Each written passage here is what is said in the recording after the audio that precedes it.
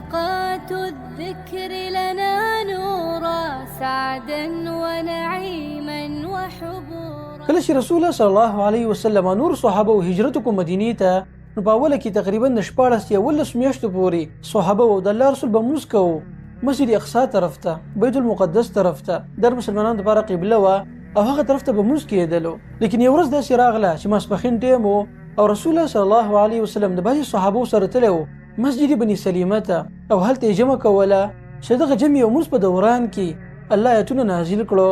خپل نبی ته وفرمایل چې فولي وجهک شطر المسجد الحرام، الله فرمایل چې خپل مخ مسجد حرام طرف ته راوګرځوه، یعنی قبله بدله شوه. نو دغه مانځه په ټایم کې رسول الله صلی الله علیه وسلم د بیت المقدس نه راوړی د مسجد حرام طرف ته د خپل مونځ هلته مکمل کو. دی وجه نه دغه جمعه ته مسجد القبلتین ویل کیږي، یعنی دوه قبلو ولا جمعه چې پاغي کې بیت المقدس طرف ته مونږ شو او سمونز مسجد حرام طرف ته.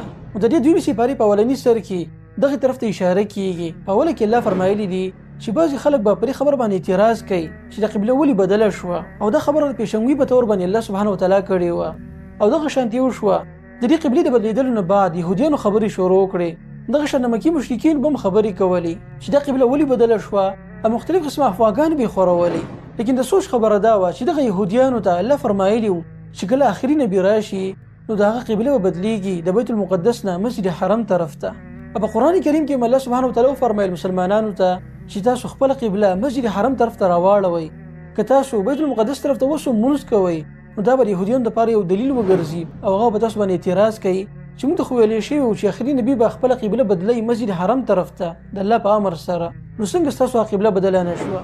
نو د قبلې دا بدلیدل د الله سبحانه وتعالی د طرفه یو امر مسلمانانو ته چې تاسو خپله قبله د بیت المقدس نه بدله کړئ مسجد حرام طرف ته، او د هغه قبله ده چې اوسنۍ زمانې پورې د ټولې دنیا غ مسلمانان دغه قبلې طرف ته مونځ کوي. حلقات الذكر لنا نورا سعدا ونعيما وحبورا. نو د دې قبلې د بدلیدلو نه بعد الله سبحانه وتعالی یو بل خبره ذکر کوي مسلمانانو ته، هغو ته یو قسمه تسلي ورکوي، او الله فرمایي ولنبلونکم بشیء من الخوف والجوع ونقص من الاموال والانفس والثمرات وبشر الصابرین. الله د مخکې نه موږ ته خبرداری راکوي چې مسلمانانو انسانانو تاسو چې ژوند کوئ په دنیا کې نو تاسو باندې به قسمه امتحانات راځي، کله به مالونه کمیږي، قحط به راځي، کله به ستاسو په مابین کې مرګ حایل کیږي، ملګري به د دنیا نه ځي، بلکې تاسو به صبر کوئ او دا خبره به کوئ چې انا لله و انا الیه راجعون. ملګرو دا کلمات اکثر مسلمانانو ته یاد دي، لیکن افسوس خبره دا ده چې موږ د دې په معنا باندې نه پوهیږو چې دې معنا څه ده. د دې الفاظو معنا دا ده چې موږ ټول د الله سبحانه وتعالی یو، هغه پیدا کړي یو، موږ ټول به دغه الله ته واپس کیږو. یعنی کوم نعمت چې ستاسو سره دی نو د الله سبحانه وتعالی دی، هغه تعالی درکړی دی، او چې کله هغه غواړي نو هغه به ستانه اخلي. دا یو عامه خبره ده چې په دې دنیا کې به انسان د مختلف قسمه مصیبتونو سره تکلیفونو سره مخامخ کیږي، لیکن هغې مطلب به دا نه چې ته به د خپل احباونه د خپل خپلوانو نه به ځان لرې ساتي. لکه تاسو به د شتې ملګرو اکثر په ملحدینو کې دا نظریه ده، دا سوچ دی، هغوی دا خبره کوي وایي ګوره ته چې کله یو فیملي سره اوسېږي، د خپل مور پلار خویند ورونو سره یو ځای اوسېږي، د ملحدین دا خبرې کوي. نو دوی وایي چې آیا تا ته پته شته چې مرګ به یو ورځ خامخا راځي او دغه خلک به ستا نه جدا کېږي؟ دا به څومره لوی غم او تکلیف وي چې موږ سره مخامخ کېږو. نو دغه خلکو بیا دې غم او تکلیف یو علاج ښوولی دی او هغه ډېر ناشنا دی. نو دغه خلک وایي چې د غم او تکلیف علاج دا دی چې ته د خپلوانو نه ځان لرې وساته، د خپل مور پلار وروڼو خویندو سره یو ځای مه اوسېږه، لرې ترې اوسېږه او ډېر زیات د هغو سره مه میلاوېږه.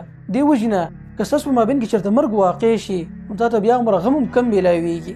یعنې د غم نه د خلاصېدو دپاره دې خلکو دا یوه طریقه تاسو ته ښوولې ده، او دا ډېره د افسوس خبره ده چې یو انسان هغه تکلیف خو جدا دی چې یو انسان مړ شي او دنیا نه لاړ شي، لیکن دا بل تکلیف هم ورکوي چې ته په ژوندانه باندې د خپل احباو نه جدا شي. حالانکې زموږ اسلام موږ ته ډېره ښایسته طریقه ښوولې ده، او الله فرمایلي دي چې داسې غمونه به راځي، مرګ به راځي، تکلیف به راځي، ولږه به راځي، کله به مالونه کمیږي، کله به یو تکلیف کله بل، لیکن تاسو په هغه وخت کې د صبر نه کار اخلئ، او د صبر وال خلکو دپاره بیا دغه انعامات دي کوم چې په وروستني آیتونو کې الله سبحانه وتعالی ذکر کړي دي. نو زموږ دین موږ د سټرس نه د غم نه بچ کوي، او د هغې دپاره ډېره ښکلې طریقه موږ تاسو ته ښایي چې هغه د هغه طریقې نه ډېره بهتره ده کوم چې دغه ملحدین نور خلکو ته درس کوي. نو دا دنیا په دې کې دا ژوند د دغه خلکو دپاره ابتدا او انتها ده د دوی په نظر کې، حالانکې دا ژوند خو وړوکې شان جلکي ده دغه زندګۍ دپاره کوم چې د مرګ نه بعد را روانه ده. ملګرو دې نه بعد هغه قوانین شروع کېږي کوم چې د یو کور، معاشره او ریاست سره تعلق ساتي. په قرآن کریم کې څو قسمه قوانین بیانېږي موږ او تاسو ته. بعضې قوانین هغه دي چې هغه یو فرد سره تعلق ساتي. یو انسان به څنګه ژوند تېروي په دې دنیا کې، په ورځ شپه کې به د هغه څه ټایم ټیبل وي، الله هغه بیانوي. دویم قسم هغه قوانین دي کوم چې د یو خاندان، یو فیملی سره تعلق ساتي، چې یو فیملی او خاندان به قوي کېږي څنګه. په دغه خاندان کې به د مشر په کشر باندې کوم حقوق وي، د پلار په زوی باندې کم حق دی، د زوی په پلار باندې کم حق دی. دغه شان د زنانو او د بچو د ټولو حقوق په طریقې سره بیان شوي دي، او دا ټول هغه قوانین دي کوم چې د یو خاندان سره تعلق ساتي. دې نه بعد داسې قوانین راځي چې هغه د ریاست سره تعلق ساتي، د یو ملک سره. په هغې باندې یو حکمران دی، هغه له خپل رعایا باندې څنګه حکومت کول پکار دي، څنګه قوانین نافذ کول پکار دي چې په هغه ملک کې امن وي، په هغه کې قتل نه وي، په هغه کې جرمونه نه وي، د امن فضا وي. او د دې قوانین بیانولو هغه وجه دا ده چې انسان دې ته محتاج دی. یو عام ځناور دی نو هغه دې قوانین ته محتاج نه دی چې هغه ته دا وویل شي د پلار دا حق دی او د زوی دا حق دی. دې ته هغوی ضرورت نه لري. انسان یو داسې څیز دی چې ډېر زیات لچکدار دماغ او یو چت ذهن لري، یو هوښیار او ذهین مخلوق دی په مخ د ځمکه باندې. او چې کله د دپاره څه قوانین مقرر نه کړی شي نو دنه یو درینده جوړېږي او دغه ژوند ډېر خرابېږي په دې دنیا کې، د غټ نقصان سره مخامخ کېږي، بلکې په دې لږ وخت کې ډېر غټ فسادونه د هغې نه ولاړېدی شي. دې وجې نه ضروري طور باندې په قرآن کریم کې الله سبحانه وتعالی د یو ښه ژوند تېرولو دپاره قوانین بیان کړي دي. حلقات الذكر لنا نورا سعدا ونعيما وحبورا. په دغه اوامرو کې یو امر دا دی چې مسلمان سړی به د خنزیر غوښه نه خوري، د هغې نه الله منع کړې ده. د خنزیر دا غوښه ولې حرامه ده؟ په دې کې حکمتونو تلاش کولو ته ضرورت نشته، بس چې الله ویلي حرامه ده نو دا کافي ده. نور په دې کې ډېر حکمتونه هم شته دی، ډېر نقصانات یې دغه غوښې په خوړلو کې چې هغه موږ مخکې تاسو ته بیان کړي هم دي، تاسو به ګټلي هغه انشاءالله. چې دا خنزیر څرنګه یو نقصاندېح ځناور دی چې د په غوښه کې څه فایده نشته، او انسان له څرنګه نقصان ورکولی شي، څرنګه بکټیریاز د انسان بدن ته ورداخلېدی شي د دې غوښې د وجې نه، هغه به تاسو وروسته په تفصیل سره وګورئ. خو خلاصه دا ده چې دی یو اولنی امر دی چې انسان ته متوجه دی چې دی به خپل ځان د خنزیر د غوښې نه ساتي، پاک ژوند به دې تېروي، او کوم چې ګندګي ده د هغې نه به دې ځان ساتي. حلقات الذكر لنا نورا سعدا ونعيما وحبورا. اولنی قانون، هغه قانون کوم چې په یو ملک او ریاست کې نافذ کول پکار دي، هغه قانون دی د قصاص.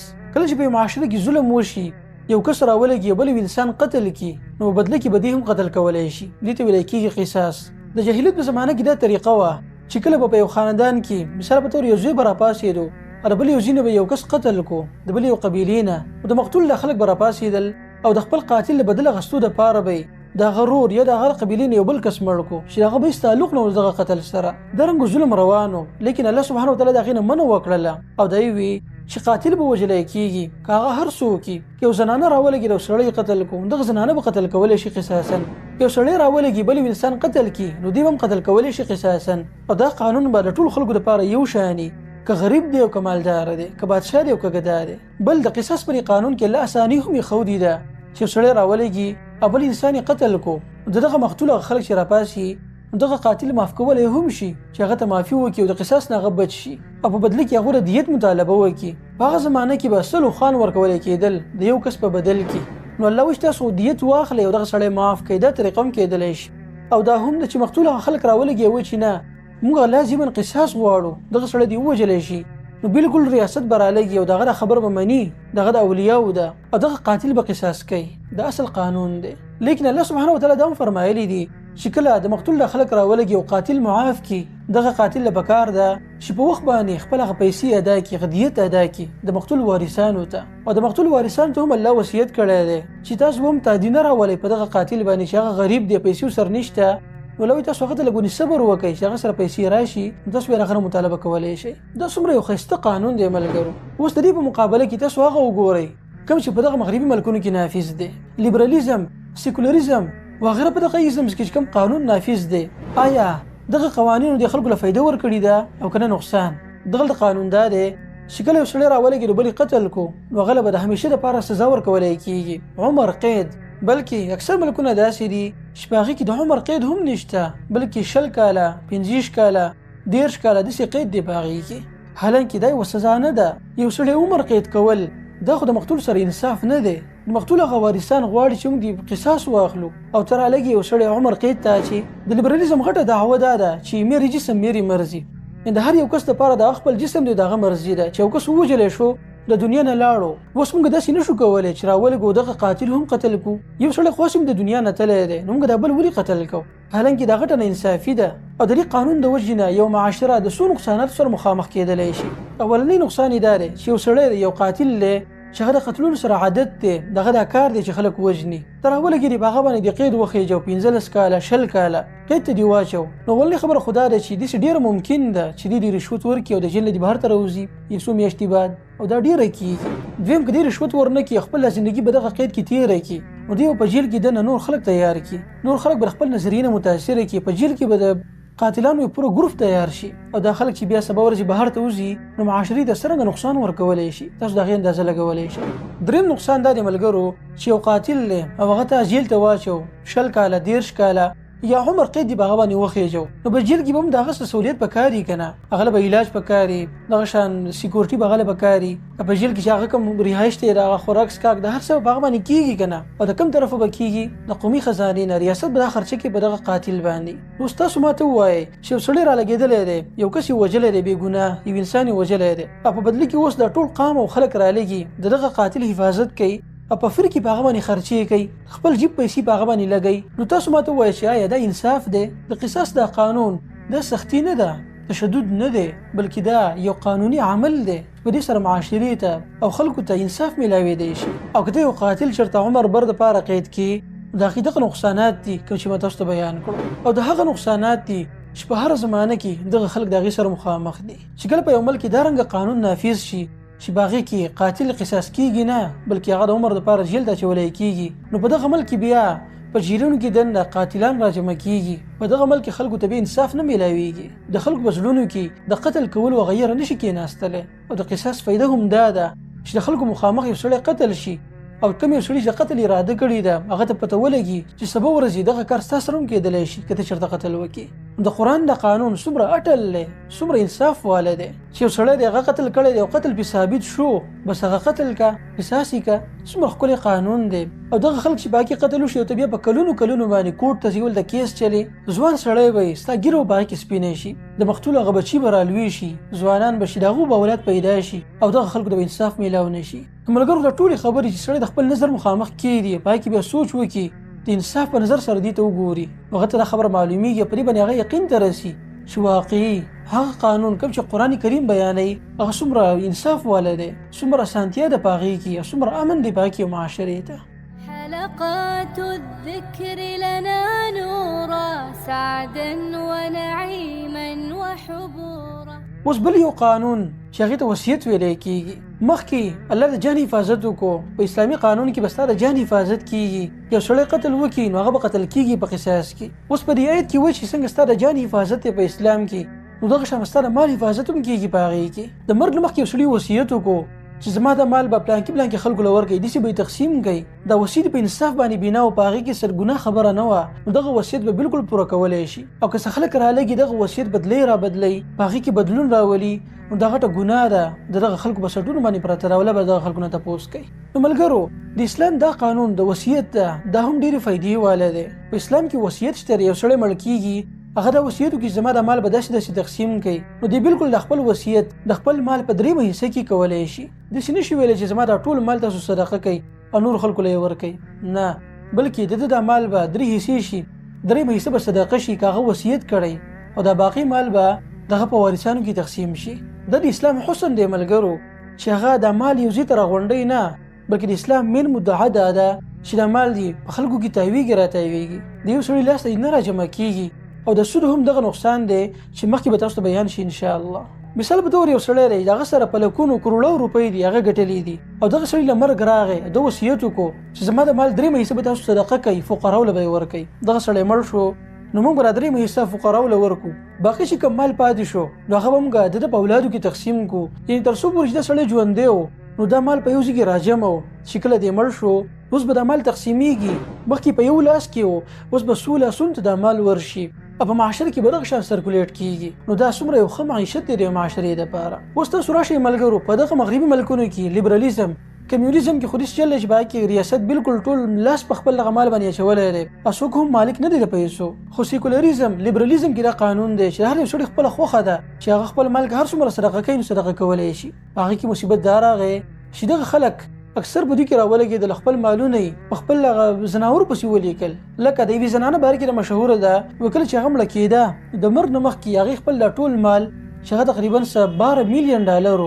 هغه ټول په خپل سپي پسې ولیکو یو سپي یو زناور 12 میلیون ډالر نو شامل یو سړی چې هغه خپل یو پښو یې ساتو چې دغه لپاره په میلیونونو ډالر وصیت کړی دی دغه شان یو سړی چې هغه مارغه ساتو دغه لپاره خپل ټول جایداد او دولت په هغه پسې لیکلی دی نو تاسو ماته وایي چې آیا دا د معاشري لپاره فایده ده په دې کې که نقصان دی چې د 12 میلیون ډالر یو سپي له ورکې دغه لپاره وصیت کې لیکي ته داسې نشئ کولی چې دا سپي یو ښه انسان له ورکې د 12 میلیون ډالر هم هغه ته حواله کړي اگر چې دا خبره هم د اسلام سره یو شان نه ده خو کم از کم څه نه څه فایده خو به کېږي که نه وي انسان ته تاسو ماته ووایئ چې په یو معاشره کې یو ملک یو ریاست کې خلک رالګي خپل مالونه خپل بچو نه پرېږده بلکې په خپل هغه زناورو پسې لیکي دغه معاشره به څرنګه خوالي طرف ته لاړه شي هغې کې به څه انصاف خلکو ته میلاو شي په دغه معاشره کې به غریبانان ښه غریبانان کېږي نه او په دغه رنګه معاشره کې به مالداره خلک ښه مالداره کېږي نه نو څه به کېږي دغه خلک چې رالګي د وصیت په طور باندې خپل ټول مال او جایداد په زناورو پسې لیکي د هغې وجه دا ده چې دغه خلکو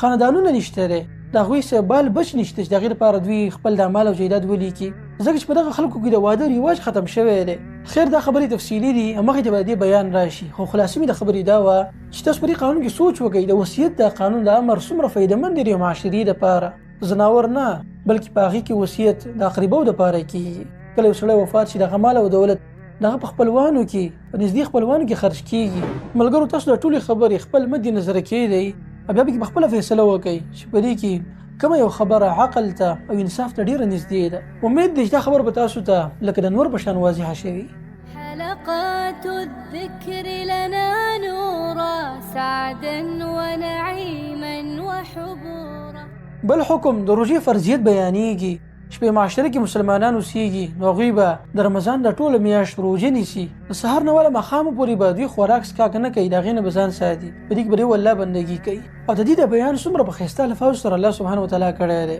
په دې کې الله زموږ د نفسیت او خیال ساتلی دی چونکې دا حکم چې ګران شان دی چې ثابته میاشت روژې نیول نو الله موږ څومره په ښایسته انداز سره مخاطب کوي څومره ښایسته خبره کوي چې انسانانو په تاسو باندې روژې فرض شوي دي لکه څرنګه چې په مخکنو خلکو باندې فرض وي دا حکم به هم باندې لږ اسانۍ الله موږ ته وایي چې دا روژې نیول ستا اولنی کار نه دی چې تاسو به یې کوئ مخکې خلکو هم دا کار کړی دی کوم یو سړی چې سایکالوجیسټ دی په سایکالوجي باندې پوهېږي نو هغه ته به لږ اندازه کېږي چې دا څرنګه حکم دی او څومره په ښایسته انداز کې الله موږ ته وړاندې کوي بیا د خبره الله لږ نور اسانوي موږ ته او الله فرمایي چې ایاما معدودات الله فرمایي چې په شمار یو څو ورځې دي یعنې داسې مه ګڼئ چې دا خو ثابته میاشت او ډېرې ورځې ده بس څنګه نیسم دا روژې لو نه د معمولي څو ورځې دي ثابت کال په مقابله کې د یو 13 ورځې دي چې پکې به ته روژه نیسې د حکم الله په باندې اسانۍ او د هغې دپاره داسې خبره کوي په داسې ښایسته الفاظو کې نو روژې د نیولو څومره فایدې دي د یو معاشرې دپاره دا فایدې یوازې د معاشرې نه دي بلکې ساینسي طور باندې هم دا نن سبا ثابته شوې ده چې واقعي د روژې نیول ډېره فایدهمند ده د یو انسان دپاره مخکې په دې باندې موږ بحث کړی دی تاسو به اورېدلی هغه انشاءالله خلاصه دا ده چې کله یو انسان چې هغه مالداره دی مثال په طور او هغه روژه ونیسي د سهار نه ماښامه پورې نو هغه ته لږ احساس وشي یعنې په دې کار سره د انسان په زړه کې د غریبانانو احساس پیدا کېږي چې کله احساس پیدا شي نو بیا هغه دغه خلک رالګي د غریبانانو مدد کوي کوم چې لاندې طبقې والا خلک دی هغوی له لاس ورکوي او په دې سره د انسان په زړه کې نرموالی پیدا کېږي او د زړه نه هغه شدت ختمیږي دغه شان په دې سره معدې ته هم ارام میلاو شي جګر ته ارام میلاو شي د هاضمې چې کوم نظام دی هغه سره برابر شي تر دې چې په یو تحقیق کې دا ویل شوي ده چې روژه نیول د کینسر دپاره هم ډېر بهترین علاج دی او ډاکټرانو هم دا خبره کوي چې په هر یو انسان باندې دا لازم ده چې هغه دې روژې ونیسي که مسلمان دی او که نه دی خو که هغه غواړي چې زما بدن دې صحتمند او برابر وي نو هغه دې روژه ونیسي چې ثابت کال یو سړی مسلسل خوراکونه وکړي د ورځې 3 ټیمه نو داسې څه وخت په کار دی چې په هغې کې دې لږ روژه ونیسي خپل ځان دمه کړي او دا خبره تجربې نه ثابته ده چې کله سړی لږ ونې د معدې نه خالي خوراک یې نه یې کړی یا یې کم کړی نو په هغه باندې خبره ډېره اثر کوي او د هغه زړه نرمي کله یو سړی خوراک ډېر کوي او په ډکه معده باندې ګرځي نو د ده زړه به سختېږي شدت به په هغې کې پیدا کېږي او دنیا ته به دې نور هم ورننوځي د الله نه به غافلی کېږي او د دې نه بعد بیا الله سبحانه وتعالی نور اساني موږ ته پیدا کوي او الله فرمایي که تاسو ورته بیماران یې یا په سفر باندې روان یې نو خیر د بیا روژه مه نیسئ روژه ماته کوي او وروسته بیا د هغې قضا راوړئ په شعبان یا بله میاشت کې چېرته حلقات الذكر لنا نورا سعدا ونعيما وحبورا. حج د اسلام په ارکانو کې یو رکن دی او فرض دی په هغه چا باندې څوک چې طاقت لري د چا سره چې مال دولت او د لارې هغه توخو سره برابري نو په باندې دا فرض دی. په ژوند کې به یو پیر هغه ضرور حج کوي. په دې حج کې د دنیا د مختلفو حصو نه مسلمانان راجمع کیږي په یو ځای کې په یو لباس کې یو ځای ته راجمع شي او د الله بندګي کوي. په دې کې ډیر خلک داسې چې هغه به کې تجارت وکړي دنیوي فایده ترلاسه کړي. دغه شان روحاني فایده به کې هم ډېرې زیاتې دي په دې حج کې. او غټه فایده دا ده چې د الله یو امر دی حکم دی چې د هغې پوره کول دي. د دنیا قانون دی چې په کوم ځای کې ډیر خلک راجمع کیږي نو هلته تجارت هم بیا ډیر ښه کیږي. دنیوي فایده هلته ډیره ترلاسه کېدلی شي په اسانه باندې. او د هغې یو غټ مثال دی سوشل میډیا. نن سبا د دنیا ډیر غټ دولت په دې باندې ګټلی کېږي او د هغې وجه څه ده؟ وجه دا ده چې په دې ګرشت سیوا دی ډېر خلک په دې کې راجمع دی او دې وجې نه په دې میدان کې بیا تجارت هم ډېر په ښه طریقې سره کېدلی شي. تاسو وګورئ په حج کې څومره څیزونه استعمالیږي د څومره شرکاتو څومره کمپنیانو هغه پراډکټ پکې استعمالیږي. څومره خلک دي چې هغه پکې خپله فایده کوي او دنیوي لحاظ سره ډېر مال او دولت په هغې کې ګټي. نور پرېږده بلکې د سعودي عرب د معیشت ډېره غټه حصه په دې باندې منحصره ده او د دې نه هغوی ته ډېره فایده میلاویږي. نو مقصد دا دی چې حج صرف د الله سبحانه وتعالی یو امر نه دی حکم نه دی بلکې په دې کې انسان ته دنیوي فایدې هم ترلاسه کیږي او دغه شان د آخرت هم. الله سبحانه وتعالی دې موږ او تاسو ټول ته نصیب کړي. حلقات الذكر لنا نورا سعدا ونعيما وحبورا. یو ریاست یو ملک چې باقي مسلمانان اوسېږي او د بهر نه یو دښمن په هغې باندې حمله وکړي نو دغه ټایم کې جهاد فرض دی په دغه خلکو باندې. دوی به جهاد کوي او دفاع به کوي د خپل ځان نه. اکثر د لیبرل او سیکولر خلک په باندې اعتراض کوي او دا وایي چې په اسلام کې تشدد دی او د جهاد خبره پکې ده او په دې کې چې کوم دی نو دهشتګردي شوی کېږي له دې کار نه. دا خبره خو ډېره اوږده ده ملګرو چې موږ هغې ته نه ځو خو په اسانه خبره چې موږ د خلکو نه یو تپوس کوو. تپوس دا دی چې تاسو دومره کوشش وکړو دومره محنت یې وکړو نو تاسو په یوکرین کې کم امن راوستو؟ په یوکرین کې چې تاسو د دې جګړې د لاسه په لکاو بلکې په کروړو خلک ووژلی شو اخر دا ولې؟ هلته تاسو کم امن راوستو؟ هلته دا جګړه په څه بنیاد باندې ده؟ آیا هغه دهشتګردي نه ده؟ په لکونو خلک په هغې کې وژلی کېږي. پر یولني جنګ عظیم او دویم جنګ عظیم کې را دومره مړي ولې شوي وو؟ د جنګونو په څه بنیاد باندې شوي وو؟ دغه دهشتګردي د څه وجې نه وه؟ آیا دا د مذهب د وجې نه وه؟ که دغه خلک موږ ته د دې سوالونو جواب راکړي نو وله به موږ د دې خلکو سره د بحث مخې ته بوځو. او اسلام چې موږ ته د جهاد امر کوي په دې باندې بیا تفصیلي خبره وکړو چې تاسو کله موږ ته دغه سوال جواب راکړئ. حلقات الذكر لنا نورا سعدا ونعيما وحبورا. په اسلامي ریاست کې به د یتیمانو خاص خیال ساتلی کېږي. هغوی باندې به ظلم نه کېږي. که یو سړی چېرته وفات شو او د هغه نه بچي پاتې شو واړه وو او دغه سړي مال دولت پرې ښودی او د خپل بچو ته نو په دغه خلکو باندې لازم ده کوم چې د ګاونډیان دي یا د خپلوان دي چې هغوی دغه ماشومان وساتي یتیمانان د هغوی د مال دولت حفاظت دی وکړي. الله موږ ته دا امر کوي چې تاسو به دغه یتیمانانو مال نه خورئ بلکې دا خبره هم کوي او که چېرته دا یتیم تاسو سره یو ځای اوسېږي یو ځای خوراک څښاک کوي تاسو سره او تاسو دا مال بالکل جدا کولی نه شئ نغرې نه شئ جدا کولی چې د یتیم په مال باندې د هغه ډوډۍ پخه کوي په خپل مال باندې خپله نو خیر دی بیا تاسو خپل خوراک یو ځای کولی شئ خو په دې شرط باندې چې تاسو وګورئ په هغې کې زیاتې نه کوئ او داسې تعدي به نه کوئ په دې باندې چې تاسو د یتیمانانو د مال زر زر خورئ او یریږئ چې دا چېرته راغټ نه شي. دا څومره ښایسته قانون دی ملګرو. هغه ماشوم چې دغه پلار نشته او یتیم دی د هغه د کفالت یو کس ته سپارلی شوی دی نو په دې کې شریعت د اجازت هم ورکړی دی چې دغه سړی کوم چې د یتیم خیال ساتي هغه د تنخوا په طور باندې د یتیم د مال نه لږ حصه اخیستلی شي چې کله یو سړی په دې باندې عمل کوي نو په دې سره خاندان قوي کېږي. په یو خاندان کې یو یتیم رالوی شي راغټ شي نو په دې سره به هغه عقلي او ذهني لحاظ سره مضبوط وي. او افسوس دا دی ملګرو چې زموږ په عمل کې نن سبا داسې یتیمخانې موجود دي چې په هغې کې ماشومان راغونډېږي او دوی وایي چې موږ د هغې خیال ساتو لیکن افسوس دا دی چې اکثر په دې کې د ماشومانو خیال نه ساتلی کېږي. په خپله ما داسې لیدلي دي چې کله دغه یتیمانان د دغه یتیمخانونو فارغه شي رالوی شي بهر ته وځي د دې نه نو دوی بیا ډېر کمزوري او داسې تعلیم دوی اخیستی په هغې کې چې د بهر دنیا نه ډېر ناشنا وي په هغې کې نشي چلېدلی د ډېر غټ مشکل سره دا خلک مخامخ نو قرآن چې کوم طریقه بیان کړې ده چې یو سړی وفات شوی دی د هغه بچي دي نو د دغه خاندان نه یو کس دی راپاسي د دغه مړي هغه رور دی راپاسي دغه پلار یا څوک نږدې خپلوانو کې څوک وي چې هغه راپاسي او دغه ماشوم کفالت وکړي دغه د مال دولت خیال وساتي او په ښایسته طریقې سره دغه تربیت وکړي او د دې کار ډېر غټ غټ فضیلتونه راغلي په حدیثونو کې. حلقات الذكر لنا نورا سعدا ونعيما وحبورا. اوس د دې نه خو د زنانو حقوق بیانېږي. الله سبحانه وتعالی د ښځې او خاوند په مابین کې حقوق ذکر کوي. بعضې داسې خبرې دي چې هغه سړي ته متوجه دي او بعضې داسې دي چې هغه زنانه ته متوجه دي. اولنی حکم چې دواړو ته متوجه دی هغه دا دی چې مسلمان به د مشرکې ښځې سره نکاح نه کوي او یو موحد زنانه به د مشرک سړي سره نکاح نه کوي. د هغې وجه دا ده چې شرک د الله سبحانه وتعالی ډېر زیات بدې شي. دا ډېر یو مذموم څیز دی چې ته کله د یوې داسې زنانه سره نکاح وکړي چې هغه مشرکه وي، نو سبا ورځې به دغه زنانه سره به څو تربیت کوي او دا عین ممکن ده چې هغه هم دغه نظریه او عقیدې وله جوړېږي کوم نظریه او عقیده چې د دوی د مور وي. دې وجې نه الله سبحانه وتعالی دا منع کوي چې یو مسلمان سړی موحد انسان به چېرته هم د مشرکې سره نکاح نه کوي. بل یو حکم چې سړي ته متوجه دی هغه دا دی چې دې به زنانه ته د حیض په حالت کې نه نږدې کېږي. چې کله به زنانه باندې بیماري راغله نو دې به هغې ته نه نږدې کېږي. په دې کې ډېر نقصانات دي ملګرو، طبي لحاظ سره هم چې مخکې موږ هغه بیان کړي دي. په دې سره ډېره بیماریانې لګېدلی شي دواړو طرفونو ته. ښځه او خاوند دواړه د ډېرو ناکارو بیماریانو سره مخامخ کېدلی شي. دې وجې نه الله دې نه منع کړې ده.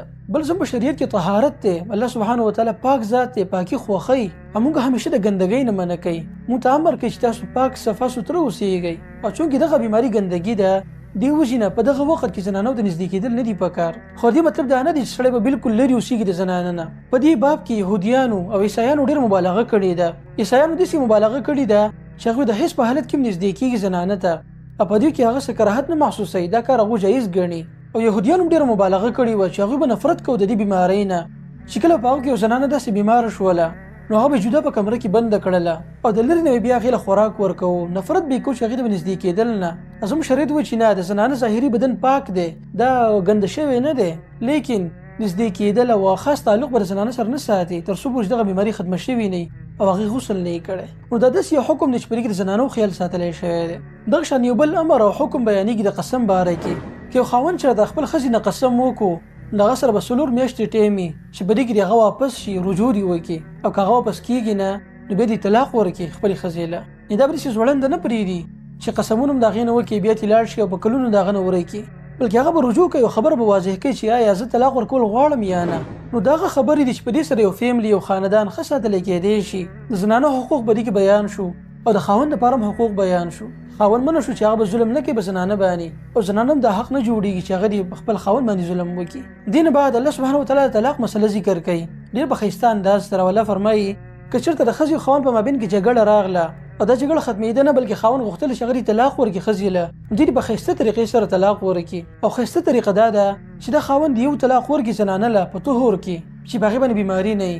چې کله په هغې باندې یو بیماري تېره شي یو میاشت د هغې نه بعد یو له دوباره دویم طلاق ورکړي. او په دې مابین کې سړي ته د اجازت دی چې هغه دې واپس رجوع وکړي. که وکړه او هغه رجوع نه وکړي او دریم کو نو په دې سره به طلاق واقع شي. ښځه خاوند به د یو بل نه جدا شي. او دا ډېر ښایسته قانون دی ملګرو. د جاهلیت په زمانه کې به خلک راولګېدل او ډېر طلاقونه به یې زنانه له ورکول.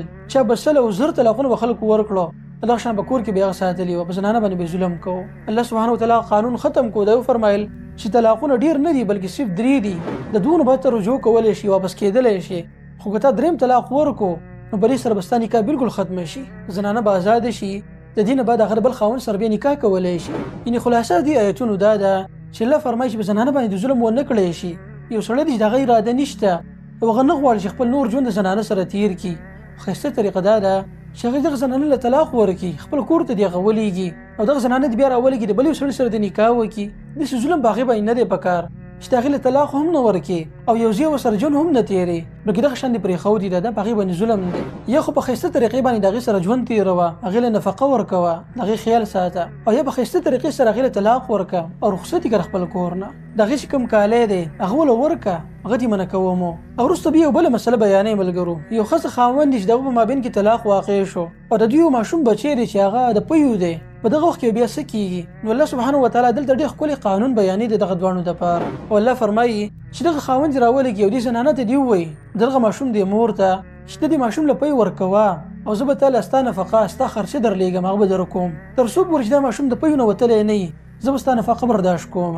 او که دغه زنانه وایي چې نه زه پی نه شم ورکولی، هغه خپل پلار کور ته تله غواړي، نو بالکل د سړي دې هغه پرېږدي او د دې په ځای باندې بل یو زنانه ونیسي، هغه زنانه دې دې ماشوم له پی ورکوي او دا سړی دې راولېږي هغه دې اجرت ورکوي دې زنانه له. دا څومره ښایسته قانون دی ملګرو. اوس تاسو راشئ هغه قانون دا کوم چې په مغربي ممالکو کې نافذ دی. هغه قانون دا دی چې کله د ښځې او خاوند په مابین کې طلاق واقع شو او کور ته خبره راغله نو هلته به فیصله داسې کیږي چې د خاوند اعمال به په منځ باندې دوه شي، نیمه حصه به خاوند ته پاتې شي او نیمه حصه به زنانه له ورکړي. مثال په تور یو زنانه ده چې هغې واده کړی دی یو سړي سره، بیا سړی راولېږي نو ښځې طلاق ورکړو، او مثال په تور دغه سړي سره 1 لک روپۍ دي، نو جج به راولېږي 50,000 روپۍ به سړي ته پاتې کړي، 50,000 به زنانه له ورکړي. حالانکې دا ظلم دی ملګرو. دې وجې نه خو په دغه معاشرو کې د ودونو د رواج ختم شوی دی که نه. وجه همدا ده چې هلته د واده کول ګران شوي دي او غټه ذمهواري ګرځېدلې ده. یو سړی دی چې هغه مالداره دی، د هغه سره مال دولت دی، هغه په خپل مال باندې یېرېږي او نه غواړي چې هغه واده وکړي. ولې؟ ځکه چې هغه په ذهن کې همیشه دا یېره پرته وي چې داسې نه چې دغه زنانه بیا زما نه طلاق وغواړي او سبا ورځي زما د جیدات په منځ باندې نیمې کړي، نو څوک داسې غواړي چې وشي. نو دې وجې نه په دغه معاشرو کې د ګرل فرینډ والے چې کومې قصې دي نو هغه ډېرې مشهورې دي او ډېرې زیاتې دي، ډېر په تیزۍ سره روان دي. او کوم چې د ودونو هغه رواج دی د ښځې خاوند هغه، نو هغه بالکل په دغه معاشره کې ختم شوی دی. بې حیایي عامه شوې ده او دغه خلک د ځوانانو د کمو سره مخامخ شوي دي. په ښځه باندې هم دا لازم ده چې هغه به پیسې ګټي. یو سړی دی چې هغه واده کړی دی، مثال په طور یو د کرۍ کور دی چې پای کې اوسېږي، نو نیمه کرۍ به ښځه ورکوي او نیمه به سړی ورکوي. د کور نیمه خرچه به سړی برداشت کوي او نیمه خرچه به دغه زنانه برداشت کوي. دا څنګه قانون دی ملګرو؟ حالانکه په شریعت کې الله سبحانه وتعالی په زنانه باندې نفقه نه ده لازم کړي. زنانه به صرف د کور خیال ساتي. د کور چې کوم کچن دی په هغې کې به وي، د خپل بچو دپاره پخلی کوي، د خپل خاوند دپاره. او کوم چې بهر کارونه دي دغه ذمهواري په سړي باندې ده چې هغه به دوی له نفقه راوړي. او که چېرته خاوند پرې راضي وي او زنانه نوکري کول غواړي نو بالکل دا هم کولی شي. زه اکثر ملګرو ته وایم چې دغه خلک به هم باندې رد کوي او دا خبره کوي چې په اسلام کې زنانو له حقوق نه دي ورکړی شوي، دوی په کور کې قید کړی شوي دي. نو زه دې ملګرو ته وایم چې دا عجیبه خبره ده چې کله یو زنانه په کور کې وي، په کچن کې صرف خاوند دپاره خپل بچو دپاره پخلی کوي، نو دا خلک وایي چې دغه زنانه په قید کې ده. لیکن کله چې دا زنانه بهر ته وځي، په یو هوټل کې په زرګو خلک راځي، سړي راځي او د هغې لپاره دا زنانه پخلی کوي، نو دغه خلک وایي چې نه د زنانه اوس ازاده ده. دا عجیبه ازادي ده. په خپل کور کې یو زنانه پخلی کوي هغه په قید کې ده، او بهر چې په زرګو سړو له پخلی کوي په هوټل کې نو هغه ازادي ده. ډېره تعجب خبره نه ده ملګرو. خلاصه مې د خبرې دا ده چې طلاق دا کم مسایل الله سبحانه وتعالی بیان کړي دي، دا څومره په ښایسته انداز کې دي، څومره په ښایسته طریقې سره دي چې د دې په بنا باندې یو فیملی جوړېدی شي، یو خاندان جوړېدی شي. او بله مسله به کې دغه زنانه باره کې بیانوي چې د هغې سره نکاح شوی دی لیکن واده لا نه دی شوی. نکاح یو سړي کړی دی او د واده نه مخکې هغه دغه زنانه له طلاق ورکړو. الله فرمایي چې دغه زنانه دپاره نیم مهر ورکړه هغې له. په نکاح کې چې مهر مقرر شوی و چېرته، نو د دغه مهر هغه نیمه حصه به هغې له ورکړي. او که چېرته مهر نه مقرر شوی بیا به ته د خپل طرف هغې له تحفې په طور باندې سولیږي. او علما د دې حکم دپاره حکمت بیانوي و چې ته یو زنانه له طلاق ورکړو د واده نه مخکې، د هغې له تکلیف ورسو، دغه تکلیف په دې طریقې سره ختم کړه چې هغې له ته کم مهر مقرر کړی دی د هغې نیمه حصه وله ورکړه. او که چېرته مهر نه دی مقرر شوی بیا وله څه جوړې ولېږه، څه داسې څه وله ولېږه چې هغه خوشحاله شي. او بل یو حکم بیا دغه زنانه دپاره دی د کوم چې خاوند وفات شي. چې خاوند وفات شي دغه زنانه به 4 میاشتې او 10 ورځې به انتظار کوي، په کور باندې به دا تېروي او بهر ته به دا زنانه نه وځي، صبر به کوي. 4 میاشتې بعد به دغه زنانه بیا بل ځای کې واده کولی شي. او په دغه ټایم کې هېڅ چا هم دا نه دي په کار چې هغه دغه زنانه سره واده وکړي، نکاح دې وکړي. بلکې ته دا هم نشي کولی چې دغه مدت په مابین کې ته یو زنانه ته دا پیغام ولېږي چې زه به ستا سره نکاح کوم. په اشاراتو کې ورته یو خبره کولی شي چې ستا کله عدت ختم شو زه به سره نکاح کوم، په اشاراتو کې خبره کولی شي، لیکن صراحتا د هغې ته بیان نشي کولی چې ته به بل چا سره نکاح نه کړې چې ستا کله عدت ختم شو زه به ستا سره نکاح کوم. دا خبر مناسب نه ده. ملګرو دا ټول قوانین چې راجمع کړي دا څومره ښایسته دي. تاسو په خپله په دې کې سوچ وکئ. قرآن چې کوم قانون بیانوي او د نورو خلکو چې کوم قوانین جوړ کړي دي تاسو په انصاف سره ووایئ چې په دې کې کوم یو قانون ډېر عدل ته نږدې دی. دې نه بعد الله سبحانه وتعالی د بني اسرائیل په تاریخ کې یو واقعه بیانوي چې په کې ډېر عبرتونه پراته دي. ان شاء الله هغه پر روان درس کې بیانوم.